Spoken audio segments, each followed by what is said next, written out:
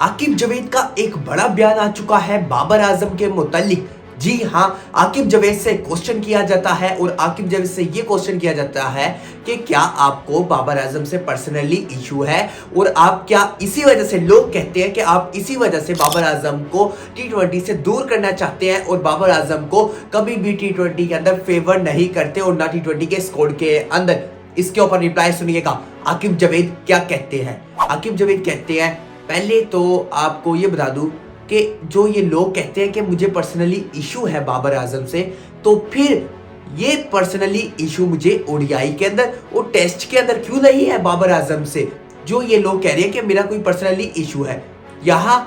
आकिब जावेद ये कहते हैं कि मेरा कोई बाबर आजम से पर्सनली इशू नहीं है बाबर आजम से, और जो ये लोग कहते हैं वो सरासर गलत है और ना इसका बाबर आजम को टीम के अंदर लाना और बाबर आजम को टीम से बाहर निकालना, इस तरह के सारे फैसले मेरे हाथ में नहीं है। ये आकिब जावेद का कहना था और ये बड़ी ज़रूरी बात थी आकिब जावेद की, जो कि समझना बड़ा ज़रूरी था, क्योंकि आकिब जावेद से ये क्वेश्चन बड़ा ज़रूरी था, क्योंकि आकिब जावेद को भी पता था कि लोग क्या कह रहे हैं आकिब जावेद के बारे में कि क्यों इशू रहता है बाबर आजम के साथ। बाबर आजम के साथ हमेशा से ये इशू रहा है कि लोग कहते हैं कि आकिब जावेद कभी भी नहीं चाहेंगे जब तक आकिब जावेद है। इस टाइम तो बात करें तो बाबर आजम पाकिस्तान की T20 टीम के अंदर है, हमने साउथ अफ्रीका सीरीज के अंदर भी देखा, और अब जो श्रीलंका के साथ, जिम्बाब्वे के साथ जो ट्राई नेशन सीरीज खेली जाएगी उसके स्क्वाड के अंदर भी बाबर आजम मौजूद है। तो यहाँ से तो चीज़ें क्लियर होती है कि बाबर आजम से यहाँ कोई पर्सनली इशू नहीं आते, लेकिन ये बात जानना बड़ा ज़रूरी है कि बाबर आजम जैसे बड़े प्लेयर को क्या किसी के साथ कोई पर्सनली इशू है, किसी का बाबर आजम के साथ क्या कोई बाबर आजम से कोई गलती हुई थी या नहीं, क्योंकि इन चीज़ों को देखना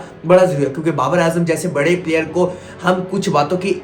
वजह से टीम से बाहर रखें तो ये हमारी टीम का नुकसान हो सकता है।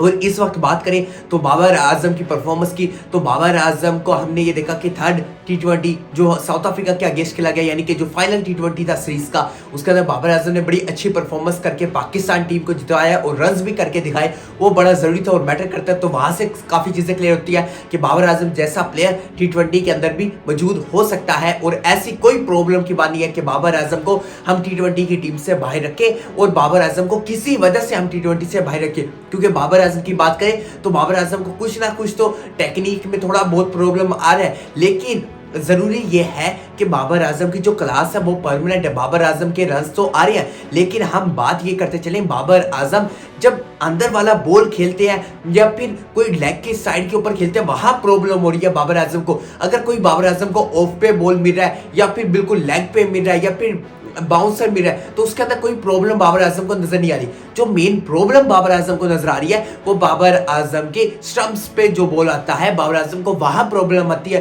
और बाबर आजम को समझना पड़ेगा कि ये जो वीकनेस है बाबर आजम की, ये जो स्टंप पे बॉल आता है क्यों नहीं खेलते बाबर आजम, ये बाबर आजम को इस प्रॉब्लम को सोल्व करना पड़ेगा। क्योंकि हमने ये देखा कि बाबर आजम 20, 25, 30, 15 से लेके 30, 35 की लाइन के अंदर आउट हो जाते हैं। तो यहाँ बेहतर करनी पड़ेगी, बाबर आजम को इंप्रूवमेंट लानी पड़ेगी, क्योंकि बाबर आजम को एक अच्छा खासा टाइम हो चुका है कि बाबर आजम की कोई सेंचुरी नजर नहीं आई। क्योंकि बात करते चले जो लास्ट सेंचुरी थी बाबर आजम की वो 2022 में हमें नजर आई थी ओडीआई के अंदर नेपाल के खिलाफ एशिया कप के अंदर। उसके बाद अब 2025 का एंड चल रहा है, अभी तक बाबर आजम की कोई सेंचुरी है। बाबर आजम को चाहिए कि साउथ अफ्रीका सीरीज के अंदर अब सेकेंड ओडीआई मैच के अंदर 100 लगाए और बताए कि बाबर आजम जैसा प्लेयर की जो परफॉर्मेंस है